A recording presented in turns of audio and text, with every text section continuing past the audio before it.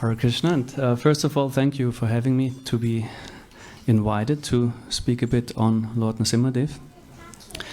I would like to base the Katha today on two verses from the 5th canto of the Srimad Bhagavatam. Om Namo Bhagavate Vasudevaya.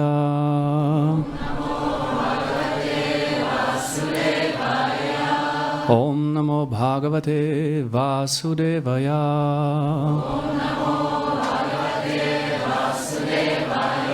Om Namo Bhagavate Vasudevaya.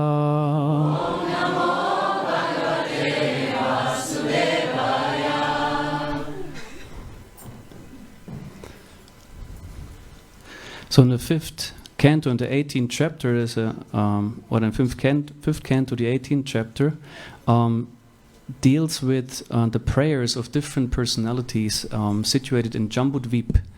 Jambudvip is practically the earthen sphere, and there are also two verses to be found how Prahlad Maharaj, a very important personality we're going to hear about more, how he and his citizens or his subjects, how they are praying to Lord Narasimhadev.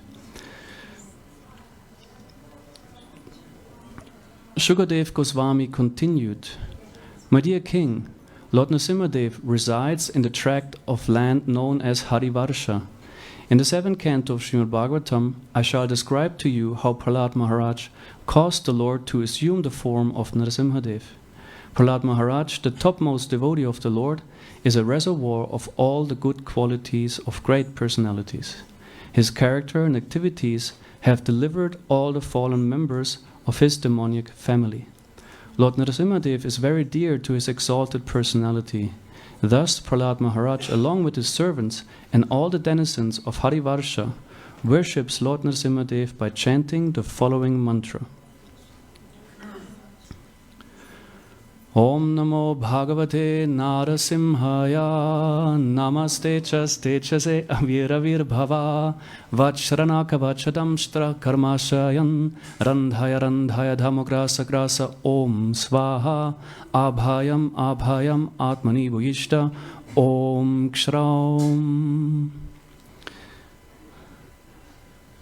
I offer my respectful obeisances unto Lord Narasimhadev, who possesses nails and teeth just like thunderbolts.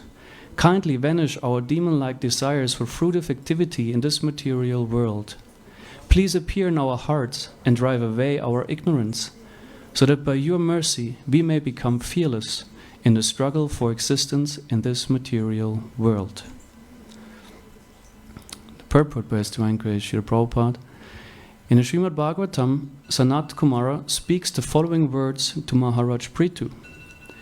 Devotees always engaged in the service of the toes of the Lord's lotus feet can very easily become free from hard-knotted desires for fruitive activities. Because this is very difficult, the non-devotees, the jnanis and yogis, cannot stop the waves of sense gratification, although they try to do so.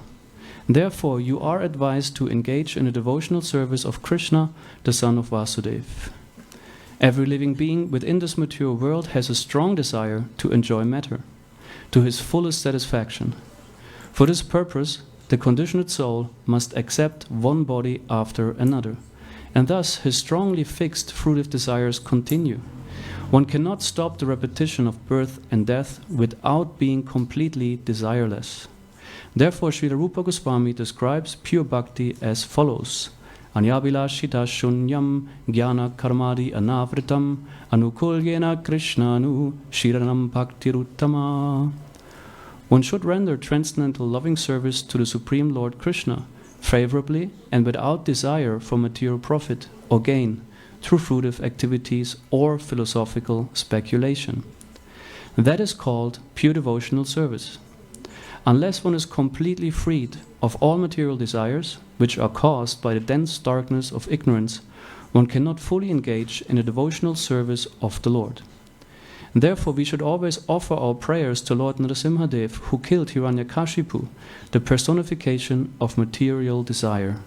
Hiranya means gold, and Kashipu means a soft cushion or bed. Materialistic persons always desire to make the body comfortable, and for this they require huge amounts of gold. And thus Hiranyakashipu was the perfect representative of materialistic life. He was therefore the cause of great disturbance to the topmost devotee Prahlad Maharaj. Until Lord Narasimhadev killed him, any devotee aspiring to be free of material desires should offer his respectful prayers to Narasimhadev as Prahlad Maharaj did in this verse. Om Ajnanatimirandasya Gananjana Shalakaya Chakshurunmilitam Yena Tasmai Shri Gurave Namaha Shri Chaitanya Manobishtam Stapitam Yena Bhutale Swayam Rupa Karamayam Darati Svabarantikam Jaya Shri Krishna Chaitanya Prabhu Nityananda Shri Advaita Gadadhar Shivasari Gaura Bhakta Vrinda Hare Krishna, Krishna Krishna, Hare Hare, Hare Rama, Rama Rama, Hare Hare. Vagishayasya vadhane, Lakshmiryasya chavakshasi, Yasya te hridaye samvit, Tam Narasimham aham bhaje, Prahlada hridayaladam, Bhaktavitya vidaram, Sharatindurachim vande, Pavindra vandanam harim. So the topic I chose to speak on is moving toward fearlessness. Because here in this verse, Prahlad Maharaj is also ending the prayer 2 times with the word abhaya. Abhayam, abhayam, atmani bhuyishta. And bhaya is the Sanskrit word for fear. Abhaya means fearless. And he's praying that please help us to become fearless in the struggle of existence. Because if we look at it, if we would look closer and we would have to name a little list of things we are afraid of, I think we would fill the list quite quickly. There are quite a few anxieties you can have and things to be afraid of. And this is natural, so to say, for material life. One reason is that we are under the dictate of time, and time is running at any moment, and therefore there is the feeling of loss and also the fear of loss, because if time is up, time is up. Maybe might be a small example, might be you sit in a test and you know your time is running and you have to give all the answers, and some people get extremely anxious about that. But then also, your body at some point will be finished. That is probably the greatest fear anyone can have to give up this body. Because that's often what we think we are. And then to give this up is probably the biggest challenge ahead of us. But there is a variety of fears we could talk about, but I do not want to get too much into the topic of fear, because we want to rather look at how to move away from fear and get into faith and get into security, safety. I would first of all like to share a few visual details on Lord Narasimhadev. I hope it can be seen. Some of you might be very familiar with this form of the Lord, and many of you also probably know that not so far away from here in South Bavaria in Germany, there is a farm called Simhachalam, and there this most beautiful deity of Prahlad Narasimha is being worshipped. He's being installed, and I might show you here a picture. Most of you know, I guess.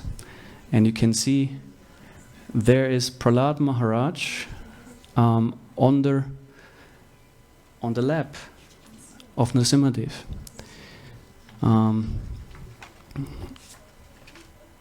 Here we have a bit more of a bigger image of Prahlad.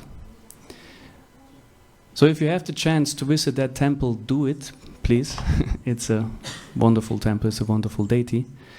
And in this text, we heard of 3 personalities that are very significant in the whole Narasimha Dev pastime. And this is Prahlad, his father Hiranyakashipu, and Narasimhadev, the form of Vishnu that intervened because Hiranyakashipu was a person considered to be a demon, means he was very much driven by anger, hatred, and so on. And he was about to kill his own son. And ultimately, Vishnu intervened in this particular form because he had to find a specific form to not violate certain blessings Hiranyakashipu got, because he had the blessings from the creator god Brahma that practically almost no one could kill him. So also the circumstances were very limited, neither at day nor at night, and so on. So he found this very specific form called half man, half lion, but actually Hiranyakashipu couldn't see exactly what is that form of the Lord. And Prahlad we usually know as the boy, 5 years old. That's something remarkable about Prahlad. He was a boy of 5 years, but he was mature as a great sage of hundreds of years. He could offer eloquent prayers. He was very insightful, deep. He was conversant with Shastric knowledge, or like the Vedic knowledge. And what 5-year-old can do that? You know, we just know another example from the Srimad Bhagavatam, where Dhruva Maharaj was also a similar example. And this came, or Prahlad Maharaj was in this position because of his rather difficult destiny. We must imagine him. He was put in an impossible situation. His father, the greatest demon, and he had also a brother, Hiranyaksha. And the reason why they were such horrible personalities is because their mother, at a very improper time, pushed the husband for getting involved sexually and that she gets pregnant. And since this caused that they became a very inauspicious couple of brothers. At the same time, the mother, Diti, was very regretful about that. And so her husband, Kashyapa, blessed her. So because you see, like the mistake you made, you will be blessed with a grandson that is a great devotee. So therefore, Prahlad Maharaj would take birth in a line of people that are completely contrary to his own nature and character. And this got him in great trouble even in the womb. So when Hiranyakashipu's wife was pregnant, and Hiranyakashipu was away for performing some austerity, the demigod thought, okay, we can now overpower the demons, they're also managed, and let's get the wife, and when the child has been born, let's kill the child. So first of all, before he was born, the demigods wanted to kill him. But there was a personality called Narada Muni who intervened and said, no, you cannot do that. That's a great devotee in the womb of this woman, and no, you cannot kill him. So he took care of the wife of Hiranyakashipu in his own ashram, and he spoke Krishna Katha to her, like glories of Krishna, philosophy. And in this way, Prahlad in the womb was instructed about so many valuable spiritual subject matters. So in this way, he matured already to a self-realized soul very early. But then when he took birth and he manifested his devotional caliber, so suddenly he found himself surrounded by the enemies of his own family. First, the demigods wanted to kill him when he was within the womb. When he was outside of it and it was visible, he is not like us. He has a completely different mindset. He's not an atheistic materialist who just wants power and money and wealth and women. He is talking about devotional service, bhakti yoga, surrender to God. And Hiranyakashipu got furious and he tried to kill him in so many ways. So that's a very difficult destiny. You're constantly surrounded in this way or that way. You feel seems like everyone wants to kill you, right? But he was protected. And of course, the main pastime is when he was very small, like 5 years.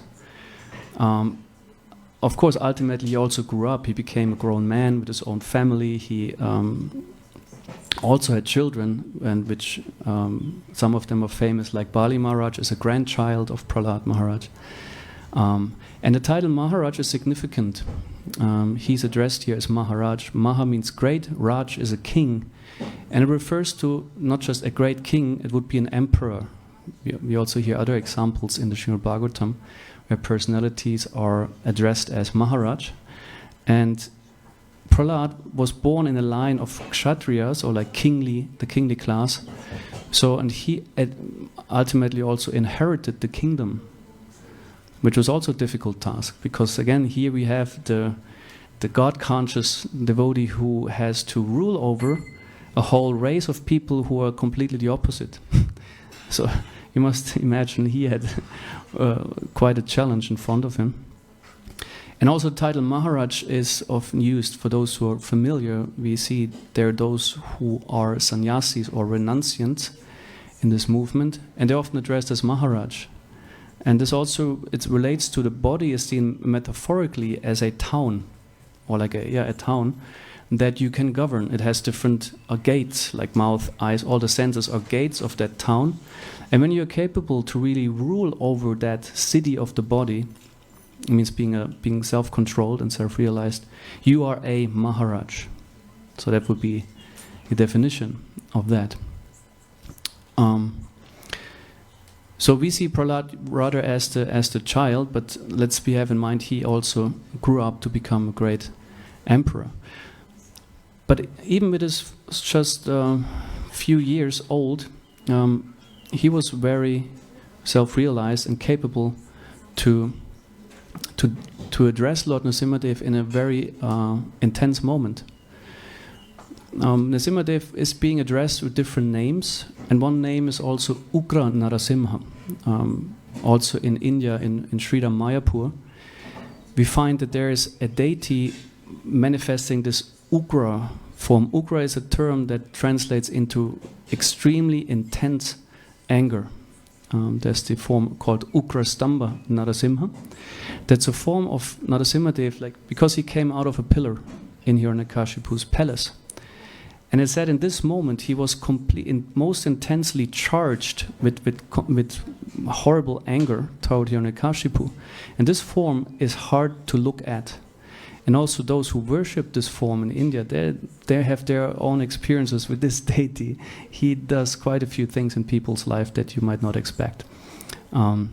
Because he has this kind of destructive energy. But since when he is in Mayapur, he accepts the more compassionate mood of another form of Krishna, namely Gauranga Mahaprabhu, and therefore he is not so ugra as he could be. And then it said slowly he pacifies his anger after he killed Hiranyakashipu. It was a big fight. He manifested many arms because Vishnu, the form of Krishna, who deals with the demons, has 4 arms. But he manifests sometimes more. And there he has also a variety of weapons, like a club, he has a disc, the Sudarshan chakra, and usually these are the weapons, but then there are 2 items which he uses for blessings. There's a conch shell and there's a lotus flower. In the case of killing Hiranyakashipu, he used also those items to kill the demonic soldiers and Hiranyakashipu. So it sounds maybe a bit funny, but he killed demons with the lotus flower and also with the conch shell because he was so intensely angry. And it is said it took him 1 year to gradually cool down from this anger. 1 year. We understand sometimes we get very angry, it lasts a few hours, perhaps a day or 2, but then it's gone. But it took him a year. And sometimes you see him also sitting on Narasimhadev in a yoga posture, and there's also called Yoga Narasimha. And this is the process that he uses to cool down. He practices yoga. Right? So it gives us also an example in order to calm down, to pacify, you can practice some yoga. We have some experienced yogis and yoginis right here to control your breath, to control your physical body. So it said he has also his eyes closed during that time, but then in the last month sometimes he opens it because there's another trouble in the universe, and he has been addressed by either Garuda, his bird carrier, or someone else to intervene. But then he said, no, I still got to cool down from my anger, so you take the weapons and you take care. So he once empowered Garuda to take care of another demon. So there we can see Narasimhadev has particularly the protective feature. And we also see him in this movement as the protector of this movement, the protector of Guru, the protector of devotional service. He is also being worshipped because also the movement itself, ISKCON, was attacked in Mayapur. There was not always Narasimhadev being worshipped. There were times when, because the Western devotees, they faced quite some enmity over there, and they probably also did their part to create such situations. So, but ultimately Narasimhadev was installed because there was so much enmity, and so they worship him there for protection. And this is what we all need, because material life is full of dangers. Also the Vedas make, or the Vedic scriptures make statements like padam padam yad vipadam, which means on every step there is danger. We know that. Of course, if you would always think of it, you would become paranoid. So we have to trust that there might be danger, but I'm safe. So that would be walking, so to say, with the Lord, saying, okay, I know this world is a dangerous place, but I trust in Krishna, saying for his protection, I choose to be in the relationship with him. Because he is the one who controls everything. So therefore, if he is the Lord of everything, so he can also protect me from unnecessary harm. So we look at Narasimhadev as a protector, a form of the Lord that protects from two types of enemies. There are external enemies, we usually see them very clearly, and there are internal enemies we do not see so clearly necessarily. And Prahlad Maharaj in this prayer speaks of these internal enemies that he wishes Narasimhadev, or like he asks Lord Narasimhadev to destroy them or vanish them. He says, "O my Lord, who possesses nails and teeth just like thunderbolts." It's called Vajranaka, Vajradamshtra. Sometimes when you hear also in South India, or like when the mantras or hymns are being chanted, they're chanted with intensity, like really like, I cannot imitate now, but I do that in this way, like invoking the presence of this very deity according to the mood and the need. Kindly vanish our demon-like desires for fruitive activity in this material world. So he identifies demoniac desires as the actual problem. And they're not outside, they're inside. And he had first-hand experience what that means. Because his very father, Hiranyakashipu, he was also, described by Srila Prabhupada in the purport as the ideal example or embodiment of a materialistic person. Hiranya meaning gold, Kashipu soft bed, which relates to he was very much interested in wealth and sex life, so that's practically the meaning of Hiranyakashipu. And he just took it. It's not like, okay, let me earn it and let me work for it, let's perform sacrifices so that the Lord might grant me. No, he just went and took whatever he could get, the whole universe actually. This is also interesting. If you look at history books, you probably will not find some Hiranyakashipu or some Prahlad Maharaj. Because the Vedas, they look at the cosmos, or the Vedic cosmology is looking at time frames that are way beyond the records of the history as we have it. So there are ages and ages beyond our capacity to think of. So, but we accept that this happened, and not only on the earthly planet, because the other planets, they are involved, so to speak. It said Hiranyakashipu resided on the planet of Indra, which is a higher planetary system. And he was driven by desires. And what happens when a person is being very much driven by material desires, for once he becomes very self-centered and also what we call egotistic. My needs first. And also usually a sense of entitlement. I want it, therefore I deserve it. And this is already there when we are very small. Also, if you look at psychology, a baby, many of you are mothers, I guess, or like, yeah, Okay? But also we can observe it even if you're not a parent. But children do not, or babies, like rationally assume like the things they want. They don't have an argument necessarily for why do they deserve it or want it. They just see it, feel they want it, and then they fight for it to get it. And they're not necessarily open for reason. It's maybe not even there, depending how old they are.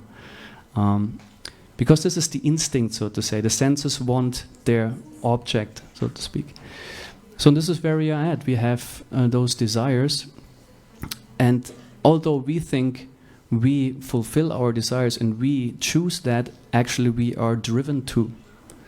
This is also another statement, that the desires are not necessarily a spontaneous activity of our soul, the self, but the body and the mind, they do create desires. And since we are identified with the body, we think that's our desires. I need that. So this is an important distinction that Prahlad Maharaj was very much aware of from the very early age. He understood, I'm a spirit soul within a material body, and I'm different from that. So therefore, I also restrain myself from unnecessarily trying to cultivate physical needs or mental needs, because he describes them as demon-like. The Sanskrit term is asura. Sura means once is translated as godly or divine, but another meaning is also pleasure. Like those who have pleasure or who have happiness, they are sura. And asura means they have no happiness, but also being demonic. Why? Because they develop qualities like lust, envy, greed, hatred, and then they become enemies of others. This we see also now happening. The warlords of our day, there might be named today Putin, yesterday Stalin, and tomorrow something else. They are driven by demon-like desires. For might it be power, whatever the motives are there. But the thing is, because of those desires, or also all the big, how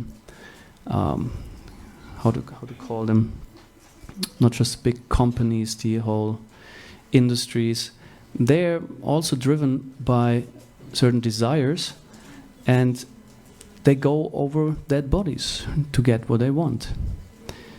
So, and that's the problem. We might identify them as enemies, and because they also are, they become.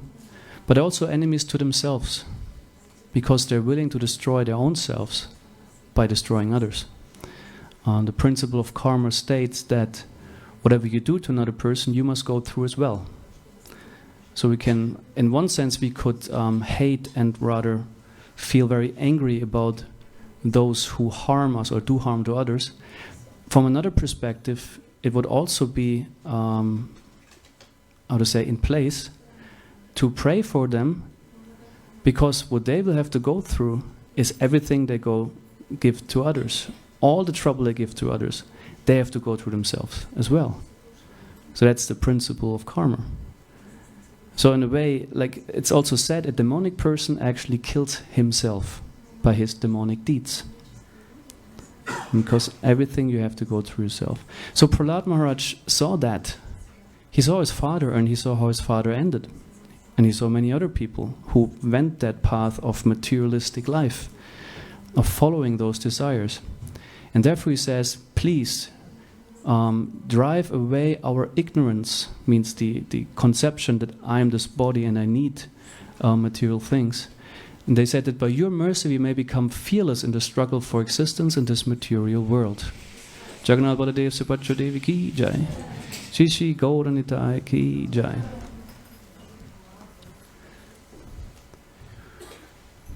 We, for example, also hear in another pastime of Krishna, there's a personality called Kamsa. Kamsa was also a king and considered like a great demon. And although he was in power, he was very much chastised, or haunted by fear.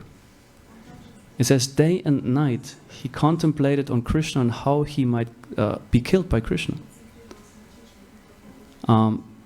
And also the great leaders, sometimes now, we hear that, for example, also with Putin, there were news And that he says he was very much afraid that he might be poisoned by his own people, by his own secret service and whatever. And so whatever great kind of dictator or personality, they will, at the end, they are very much afraid, because also they create a lot of enemies. So their life is extremely undesirable, actually, because it's a hell of fears. And they might also come true. So like a person like who is very much obsessed with material achievements and power will automatically, as a byproduct, be also haunted by all kinds of fears. Also wealthy people, they're always afraid to lose their wealth, and so on. Because everything is fleeting. And so Prahlad Maharaj is very much aware, and also he expresses in some other prayers in the 7th canto, Lord Narasimha, I'm very much afraid of those material desires. Prahlad Maharaj was the only person capable to pacify Narasimhadev. After Narasimhadev killed Hiranyakashipu, he was so intensely present with his anger, no one dared to approach him. Not even his own wife, Lakshmi Devi. Lakshmi Devi is the eternal consort of the Lord, the most intimate associate. And she was even at a point where she didn't recognize, is this truly my husband? I don't know this form. Narasimhadev was new to her, and also with this mood, and she was also not sure, I don't know, I cannot approach him.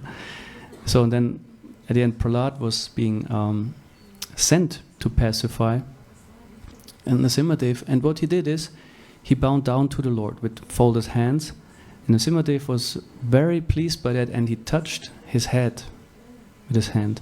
And it is described that Prahlad Maharaj immediately also became completely fearless, because by the blessings of Vishnu, he was there, because Vishnu's realm is also called Vaikuntha, which means translated world without fear. It's eternally existent, no time factor, no dangers to one's existence. So, and then Prahlad was empowered to pray. And he offered his prayers and asked Narasimhadev to please be pacified. And Narasimhadev became pacified. And when he was pacified, he offered Prahlad Maharaj benedictions. He said, please ask me for whatever you want. May you live long. And it's my pastime, he says, it's my pastime to fulfill the desires of just every living entity.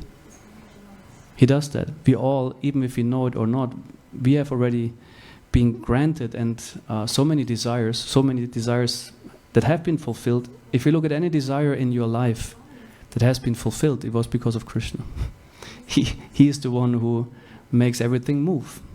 So even if he isn't there, even if you don't connect it to Krishna from our perspective, he fulfilled all your desires. Whatever body you have, whatever capacities you have in this body, opportunities you use right now. Might it be you travel around, might it be you do this or that. It's all desires that are being fulfilled by the mercy of the Lord. So Narasimhadev was in the mood to bless Prahlad, and although he didn't offer something specific, he offered actually everything, because he was the Supreme Lord, having everything that could be desirable, he could give, and Prahlad refused. He said, no, I consider this an impediment. And in my words now, please don't get me wrong, I don't worship you to get something.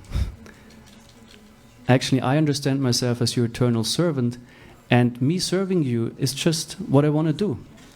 This thing itself is good, and it doesn't require even a reward. That's a different level of spirituality or religion. Religion can be on the level, the Lord and I can have a deal. Sometimes also we see in some, maybe movies or whatever, like where people come to the point, they're in trouble, and say, please Lord, if you now just do this or that, then I will believe in you, then I will worship you. Having this kind of idea, like, let's make a deal. That is rejected, because that's not the relationship we actually have with Krishna. He says that to serve you or to be in a loving relationship with you is the reward itself. maybe similar, another principle that is being described in the Bhagavad Gita is the fulfillment of duty in the mode of goodness. Different mentalities are being described, and it says the person who performs his duty because it ought to be done without any expectation of a reward or result, he acts in the mode of goodness. Because the duty itself is good and rewarding, it doesn't need an extra reward. And that's a bit of a subtle thing, but where we can contemplate on, like to say, what we do in our spiritual life for Krishna or in exchange with Krishna, this itself is also the end. In English you say there's a means to an end, ein Mittel zum Zweck. But in devotional service, der Zweck, das Mittel ist auch der Zweck. Now, the means is also the end. So it's not this kind of duality, like for this I get that, but the process itself is that what we want to be established in, because then you're also completely satisfied. Because this is the ultimate goal of the jiva, of the soul, and as the purport also says, this goal can be understood and also be attained if one manages to gradually let go of so many material desires. It's a process, it's a life task. I'm certainly still quite a bit away from that, but the principle is like gradually go there and let go gradually one by one, because then it becomes more clear. Then the mind has the space, even because the more we are full with our ambitions and desires, we are occupied. How can you really connect to a deeper purpose which has nothing to do with the desires? Yes, and in this way one can become peaceful, because the more things I desire, the more reason I have to be anxious. Even for not getting them, Oh yeah, I want to actually achieve this and that. I want to have a house, or I want to have a family. I want to have position and this and that. And on the way there, it's already anxiety. What to speak of when you have it? Those people who want to be successful. Not that you shouldn't aim. I don't say you should like not be using your potential or not like making something out of your life. What I'm saying is rather pay attention to the anxiety that accompanies everything we do. Because once you have worked yourself, for example, up to a position, own your own company, be your own man or woman and be powerful, then you will find yourself surrounded with many people who want to get you down from there. Or like other threats, that make, and you are there defending your position that you have worked for hard. So that's one of the big illusions that we have in this material world, that there will be a point where everything is fine and set permanently, and it's not going to happen. So it said, if the soul understands that trusting in temporary things, like even the own body, brings anxiety and misery, then it can start to contemplate, okay, there is another realm, this is what the scriptures tell us, beyond time, where we exist eternally. And that our spiritual efforts will be ultimately successful if we connect to the desire to go there. That will be a desire that is recommended in the scriptures. Prahlad Maharaj tells to Lord Narasimha, one desire I have that you can fulfill, one benediction you can give me. Please make me free from material desires. that was his desire. That was a very smart move. He said, okay, you want to bless me with that, so that I can be free from all these unnecessary desires. We are wanted to develop so-called spiritual desires. And what does that mean? That means that we develop desires that serve our spiritual interest. And what the spiritual interest is being described in the Bhagavad Gita and the Srimad Bhagavatam and so on. Srila Prabhupada had even a magazine, and this line is actually so essential, he called it Back to Godhead. Returning home into the spiritual realm. Because this is where we belong, it is said. You know, because here we are in an artificial environment. We have accepted so many bodies. Also in the purport it was described. You know, we have to accept one body, give it up, and we play these games since time immemorial. And in this human life, we have the blessing that we are able to break through the cycle of birth and death. This is the very special benediction of human life, that we have the capacity to develop ourselves spiritually.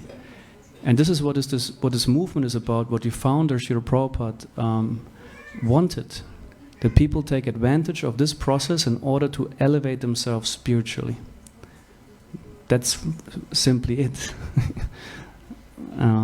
So he created this facility so that we can come together and chant together, hear this philosophy together, engage in service together, and like in this way, move forward spiritually.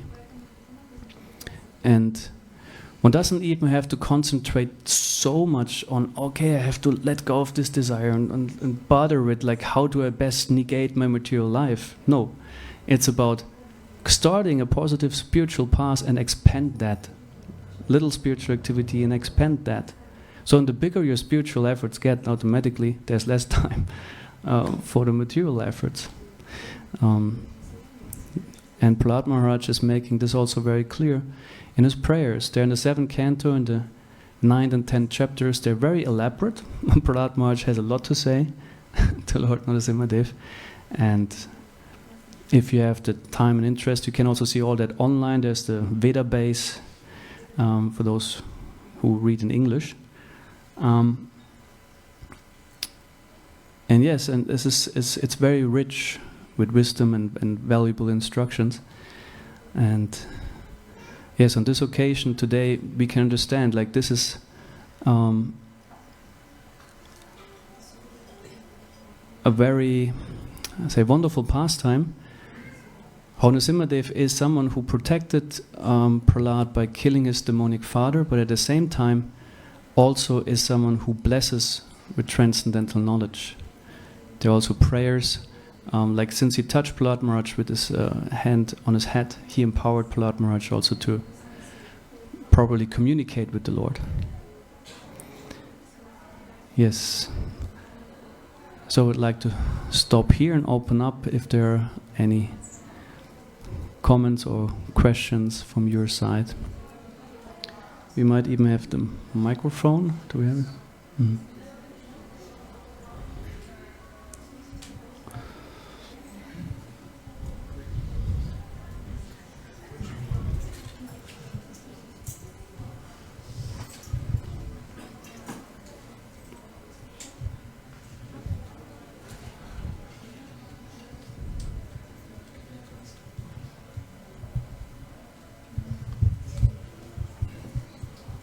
Hare Krishna.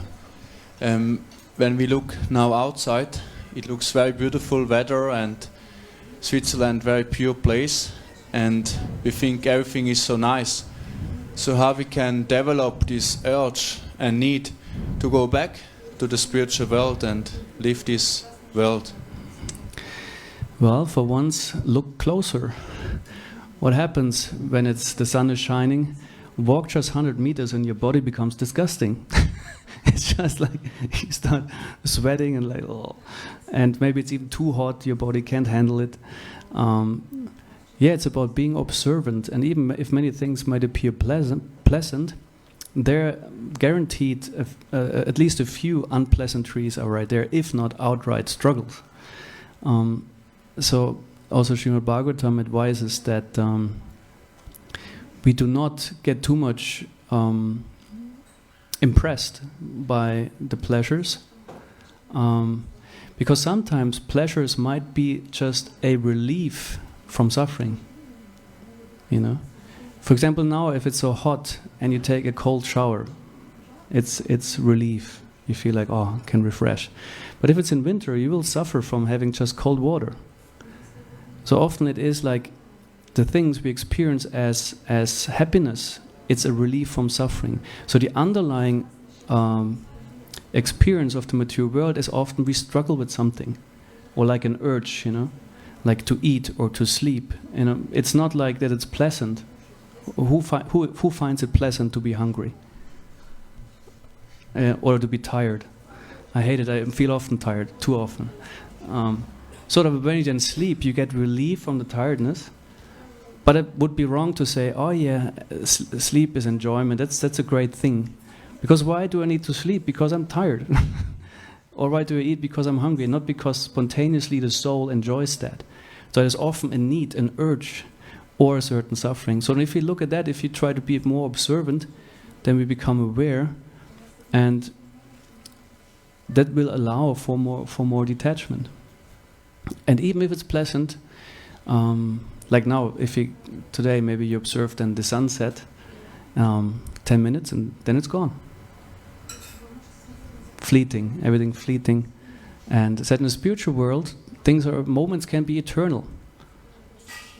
Krishna's pastime said they actually never really start and don't really end. And also every word it said is a song, every step a dance. And so there's no loss. You can eternally relish the happiness. Our mind cannot grasp that because eternity, what? But that's the information of scripture. Is that helpful?